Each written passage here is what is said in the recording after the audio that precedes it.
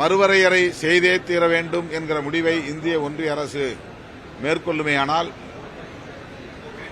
20 அல்லது 30% அடிப்படையில் இந்தியா முழுவதும் அனைத்து மாநிலங்களுக்கும் சமச்சீராக எண்ணிக்கையை உயர்த்துவது என்கிற ஆலோசனையை வழங்கலாம் என்று விடுதலை சிறுத்தைகள் கட்சியின் சார்பிலே குறிப்பிட்டிருக்கிறோம். எண்ணிக்கை மறுவரையறை எவ்வளவு முக்கியமோ அதைப் போல தொகுதிகளின் எல்லை வரையறையும் மிக முக்கியமானது. அந்த எல்லை வரையறை செய்வதில் ஏற்கனவே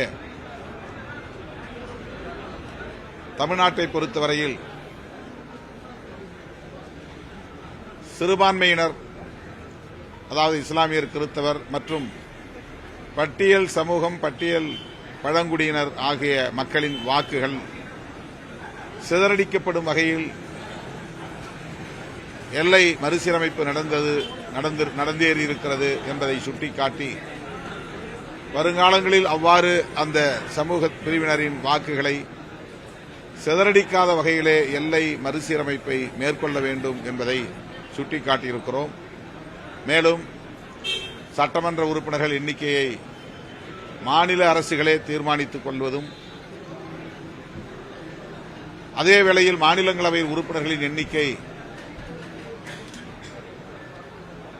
இன்றைக்கு இருக்கிற அடிப்படையிலேயே தொடருவதும் என்கிற கருத்தையும் விடுதலை சிறுத்தைகள் கட்சியின் சார்பிலே முன்வைத்திருக்கிறோம். இன்னும் சில மணி நேரம் அல்லது ஒரு மணிக்குள்ளாக இந்த கூட்டம் நிறைவு பெறும் என்று நம்புகிறேன். வரலாற்று முக்கியத்துவம் வாய்ந்த இந்த கூட்டத்தை ஒருங்கிணைத்திருக்கிற மாண்புமிகு முதல்வர் அவர்களை விடுதலை சிறுத்தைகள் கட்சியின் சார்பிலே பாராட்டுகிறோம். எந்த விதத்திலும் பிரதிநிதித்துவ ஜனநாயகம் தமிழ்நாடு உள்ளிட்ட தென்னிந்திய மாநிலங்களை பாதிக்க செய்துவிடக்கூடாது. அதற்கேற்ப அனைத்து கட்சியினரும் ஒருங்கிணைந்து செயல்பட வேண்டிய தேவை எழுந்துள்ளது.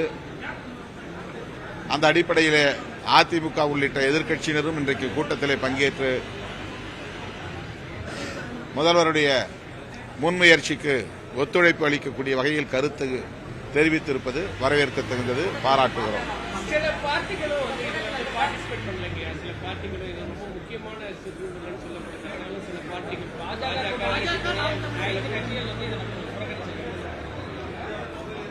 பாரதிய ஜனதா கட்சி இந்த கூட்டத்திலே பங்கேற்காதது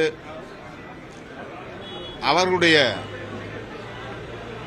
ஆதாயம் கருதிய அரசியலாகத்தான் பார்க்க வேண்டியிருக்கிறது. இந்த கூட்டத்தில் கலந்து கொண்டு எந்த கருத்தாக இருந்தாலும் சொல்லியிருக்க வேண்டும், அல்லது இந்திய ஒன்றிய அரசின் நிலைப்பாடு இதுதான் என்பதை விளக்கியிருக்க வேண்டும். அவ்வாறு இல்லாமல் உள்துறை அமைச்சர் அமித்ஷா அவர்கள் ஒரு நிகழ்விலே குறிப்பிட்டதை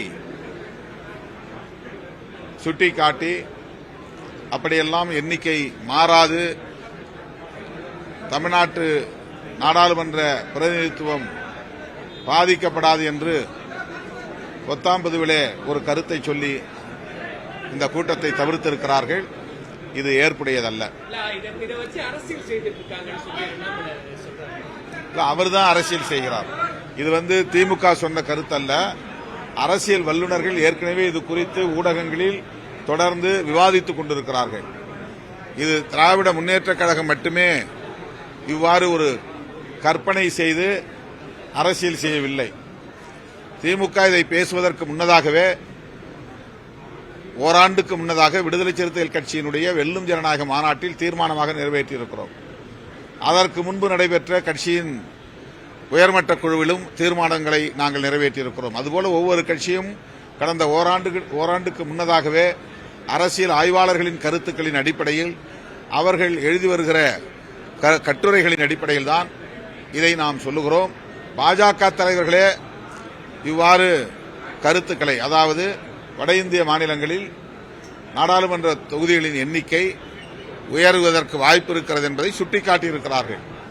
மக்கள் தொகை அடிப்படையிலே தான் அதை கடைபிடிக்க இருக்கிறார்கள் என்பதையும் பேசியிருக்கிறார்கள். அந்த அடிப்படையில் தான் திராவிட முன்னேற்றக் கழகத்தின் தலைவரும் தமிழ்நாடு முதல்வருமான தளபதி ஸ்டாலின் அவர்கள் இந்த கூட்டத்தை ஒருங்கிணைத்திருக்கிறார். மிகுந்த பொறுப்புணர்வோடு, தொலைநோக்கு பார்வையோடு, தேசிய பார்வையோடு அவர் முன்னெடுத்திருக்கிற இந்த முயற்சி வரவேற்க தகுந்தது, பாராட்ட தகுந்தது. 8 கோடி மக்களினுடைய மனதில் போராட்டத்தை விளைக்கும் வகையில் தான் இந்த சர்வகட்சி கூட்டம் என்ற நாடகம் நடத்தப்பட்டிருப்பதாக எச்.ராஜா பொருளாதார சொல்லியிருக்காங்க. அதான் அவங்க பாஜகவுடைய அரசியல், அது அவர்களுக்கான ஆதாய அரசியல். தமிழ்நாட்டிலே அவர்கள் தொடர்ந்து குழப்பமான ஒரு அரசியலை மக்களிடையே பரப்பி வருகிறார்கள்.